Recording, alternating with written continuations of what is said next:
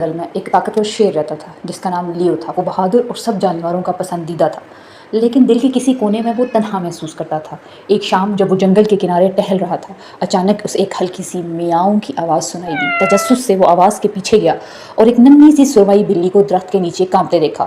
وہ کمزور اور ڈری ہوئی تھی۔ اس کا نام میمی تھا۔ وہ نرمی سے بولا، ڈرو مت۔ اس کی گہری آواز سے ارد گرد کے پتے ہلنے لگ گئے، لیکن اس کی آنکھوں میں پیار تھا۔ میمی نے حیران ہو کر کہا، کیا آپ مجھ پر دھاڑیں گے؟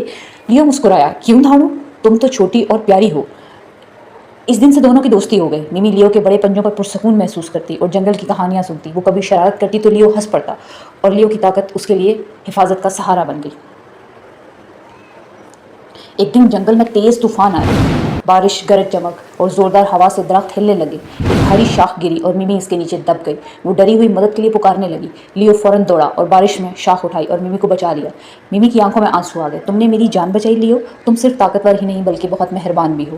لیو اس دن کے بعد سے لیو اور میمی کبھی ایک دوسرے سے الگ نہ ہوئے۔ جنگل کے جانور جب بھی انہیں ساتھ دیکھتے تو مسکرا دیتے، کیونکہ وہ جانتے تھے کہ سچی دوستی کا کوئی سہارا نہیں ہوتا۔